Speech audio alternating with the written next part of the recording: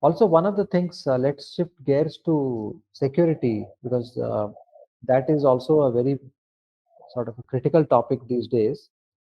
Right. With increasing news of hacks and outages and all kinds of security incidents. We know, all of us know what kind of a PR disaster it can be if something like that happens, Correct. right? So, Right.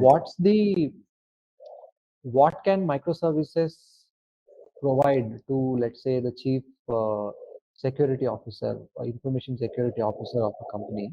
What kind of security related benefits can microservices deliver? Okay. Like clearly Um, better than a monolith. right. Okay. So, for example, let's take a simple use case. Let's talk about very simple use cases instead of hacks and other stuff. So let's say you simply have to upgrade from Python 3.5 to 3.10, or if you have to migrate from Java 7 to Java 8 or whatever, right? These are simple use cases. You're simply changing the framework for languages that you want to use to build your services. Mhm. If it is a monolith, you'll have to upgrade all your code. Every single line and file of your application has to be changed to the new tech or framework. Right. Whereas in microservices, you're taking a piecemeal approach, right? Your microservices are already small in size. You Hmm. can pick and choose which one to attack first, which one to migrate first to newer frameworks or newer technologies, right?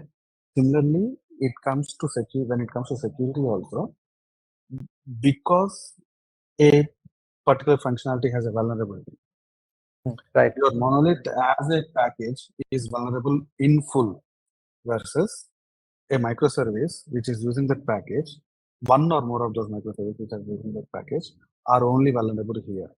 So your total radius of vulnerability, the overall coverage of these vulnerabilities is much smaller in microservices, specialized or focused in areas where these vulnerable parts of code or parts of frameworks are used, versus in a monolith where the entire application is vulnerable in total. So That's a great point. Yeah.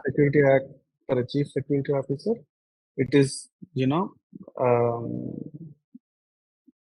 it's a good thing that his total attack vector, I mean total attack surface is smaller. Right.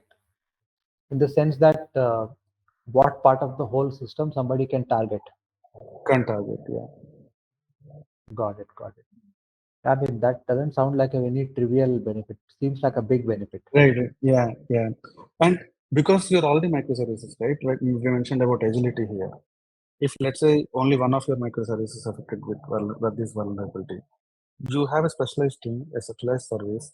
Just make those changes, whatever those changes are, and release the service immediately. You don't have to wait for the entire monolith to be retested again because you made a small change or you made a small patch.